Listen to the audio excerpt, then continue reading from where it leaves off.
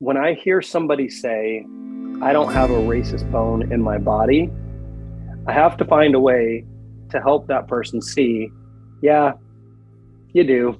Well, I think one of the things that I have learned as well, the idea of both and is if we really want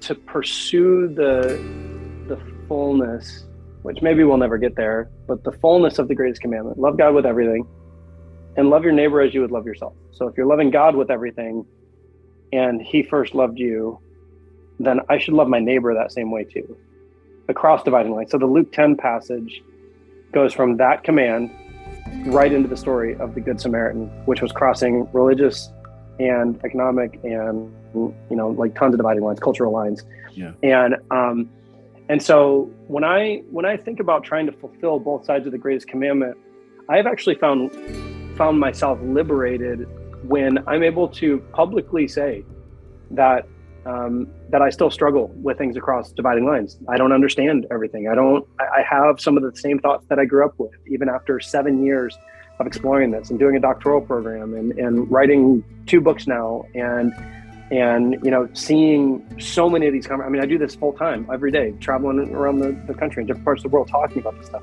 I still struggle with my natural inclination of the way that I was raised about people that are different than me. And what happens is I have started to, how do I want to say this? You got me all vulnerable, Paul. I have to realize that when I hear somebody say, I don't have a racist bone in my body, I have to find a way to help that person see, yeah, you do, like we all do. And if that just means that the enemy is doing everything that he can to divide us, make us feel different, it means that racism is just this division, right? It's this, right. It's like a class thing where you try and get somebody to make them less than you so you can be more than somebody. We are all wired in our human nature to feel like we're better than somebody else. Yeah. I was sitting in a church service one time, and the pastor looked out and said, "Who do you think you're better than?" And he said, "Don't fly past that conversation. Who do you think you're better than?" And everybody was dead silent in the room. That's not the way you grow a church, by the way. Yeah. By asking hard questions like that.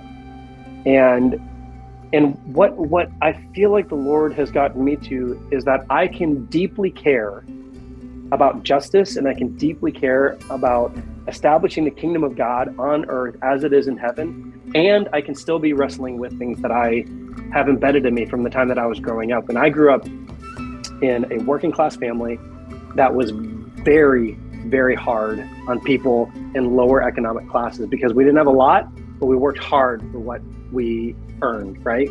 Right. And so I have 20 something years of being raised, or 20 years of being raised in a home that would look down on others that seemingly weren't working hard. Well, that takes a while to flesh out. It takes a while. And no matter how much I care and how much I love, it's the both and of like, if I don't acknowledge this, it can't be healed. Right. If I don't allow the Lord into those spaces, it can't be healed. And if I don't acknowledge it, then the people that I'm trying to build relationships with, they're going to feel it anyway. Yeah. So are my new friendships strong enough for me to be honest and say, man, that's really challenging a way that I'm thinking. I just think that when we don't acknowledge that there is this both and of trying to work through the tension of racial and economic division, you can still deeply care and make mistakes.